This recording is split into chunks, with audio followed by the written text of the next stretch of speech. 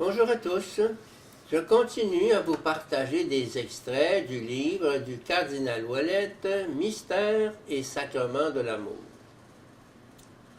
Le déroulement du théodrame trinitaire de la rédemption. La passion du Dieu un trine pour le partage de sa gloire est déclarée solennellement par Jésus au commencement du récit. Ayant aimé les siens, il les aima jusqu'au bout. Jean 13, 1. Jésus est l'acteur principal, mais le grand protagoniste de la rencontre entre Dieu et les pécheurs est justement le Père, qui livre son Fils unique dans leurs mains. Dieu a tant aimé le monde qu'il a donné son Fils unique.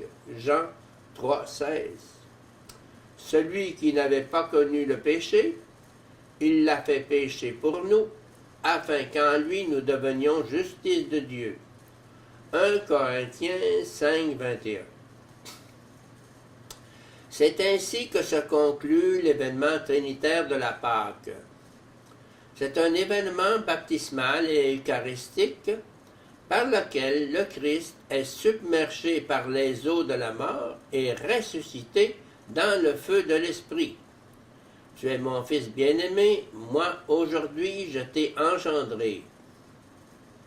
L'abaissement extrême sur la croix et dans les enfers se renverse, pour ainsi dire, ou mieux, révèle sa gloire avec la victoire définitive de l'amour trinitaire dans les cieux. Le Père accueille le sacrifice du Fils pour tous et répond avec le don de la résurrection. Ce don glorieux signifie avant tout l'absolution générale des péchés que le Fils a confessé pro nobis sur la croix.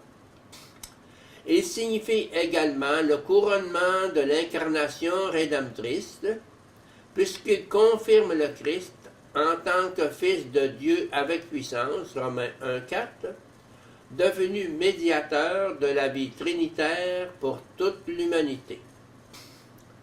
À cause d'elle, l'Église accède alors à son identité trinitaire et sponsale par le don eucharistique du Christ mort et ressuscité.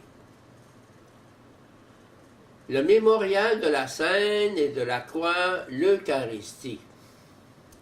Chaque fois que vous mangez ce pain et buvez cette coupe, vous annoncez la mort du Seigneur jusqu'à ce qu'il vienne.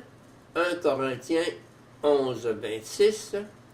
La théophanie de la croix aboutit à la théophanie de l'Eucharistie.